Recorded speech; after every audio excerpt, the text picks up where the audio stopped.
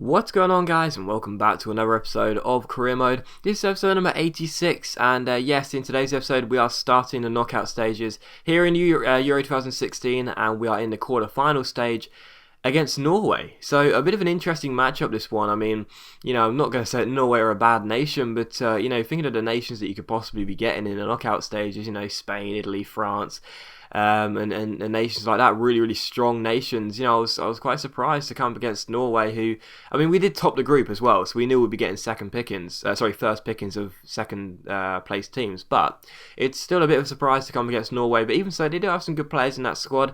Of course, one of the Norway's representatives for the Euro 2016 is in this squad as well, and that is Magnus Wolff Eikrem. So yeah, I mean, it's not a bad squad, but even so, it could have been a lot more stronger. But it's they do have some good players in there. Like I say, I'm trying to. Maybe a bit of overconfidence, but some good players in there. Obviously, Henriksen's a good player as well. Eikrem, of course, the holding midfielder, one of our players at Norwich. So, yeah, still a pretty decent squad. But the first chance of the game did come in the 21st minute here.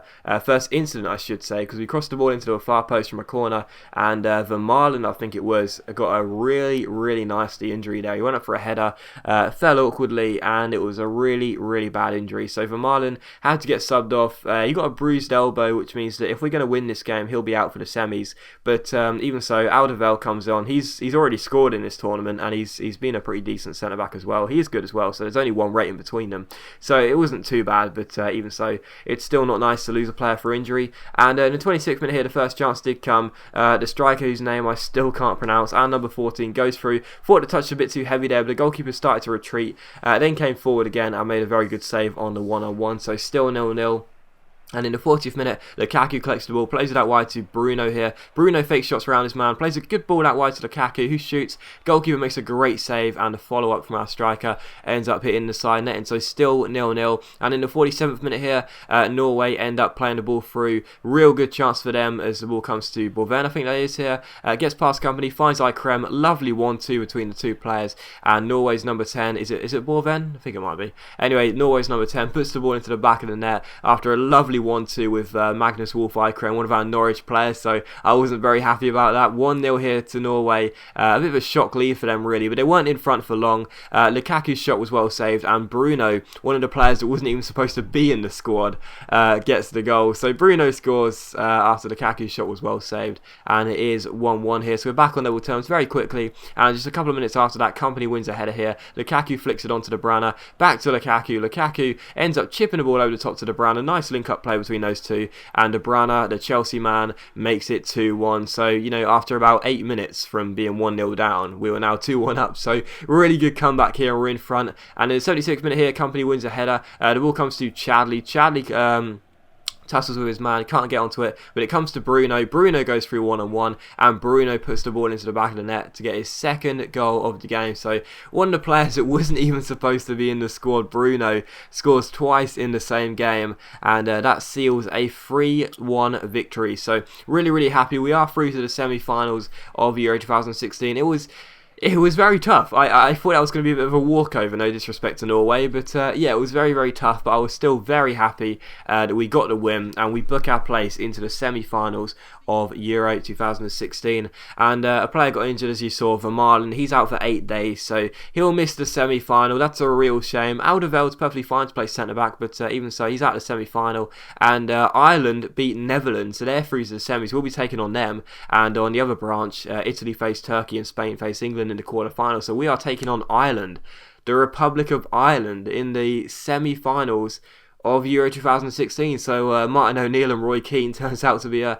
great appointment there for those two, head coaches, if you will. So that's interesting. I certainly didn't think we'd be taking on Ireland in the semi-finals, but it's just odd. I mean, when I said about it, the teams we could be facing, teams like France or Spain or Italy or Turkey or any team you like, Netherlands, teams like that, I thought we'd be facing. We've had Norway and now now we're taking on Ireland. It's just really weird. But even so, fair play to Martin O'Neill and Roy Keane for getting Ireland to the semi-finals. And they've still got good players in there. Kieran Westwood's a goalkeeper I really do rate. McGeady with them 5-star skills. Shane Long, Robbie Brady's doing well for Hull this season in real life. So a decent side, but still we've got a far better side. And here you see De Bruyne chip the ball over the top here. Seamus Coleman makes a good interception, but he does find Lukaku eventually, and Lukaku ends up putting the ball past Kieran Westwood, and it's 1-0 to us. So Ireland behind just 17 minutes in here in the semis, and in the 27th minute here, we collect the ball again. Kevin De Bruyne wins it, ends up playing a lovely through ball towards Benteke here. Benteke intercepts Pearce, I think it was. Then Lukaku fake shots around Pearce, so he got completely done there. And Lukaku ends up putting the ball into the back of the net. But sadly, Lukaku did pull up there. He limped just as he was about to celebrate. So Lukaku pulls up after he scores a lovely goal there. But thankfully, the injury, he was able to run off. Sometimes a player gets injured and then they just run off with ease. So Lukaku ran off his injury and he's perfectly fine. So a little bit of a heart and mouth moment, but he's perfectly fine. And in the 44th minute here, Lukaku had a great chance for his hat-trick, but his shot went wide of the post. Lukaku and Benteke are such a great strike partnership, by the way. So Lukaku couldn't get his hat-trick here, still 2-0, but we were still on top of Ireland. But they did get a goal back here. Shane Long puts the ball into the back of the net, but thankfully the offside flag was raised and there was no goal. So as you saw, the chip ball came in, but Long, great finish by Shane Long, the West Brom striker, but thankfully he was indeed offside, so still 2-0. But in the 68th minute here, McGeady crosses the ball in towards the former Reading striker. His first header is blocked and his second one is well saved by Courtois. So still 2-0 as Ireland try to get back into the game.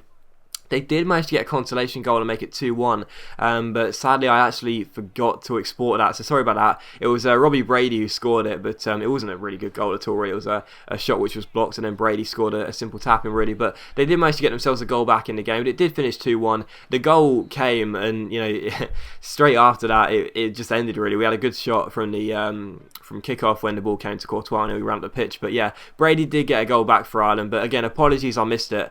But yeah, it was just nothing more than a consolation goal. So we win by 2-1. We're through to the finals of Euro 2016. We will be either taking on Italy or England. So we'll be facing one of those nations, Italy, or the side we faced in the group stage, England.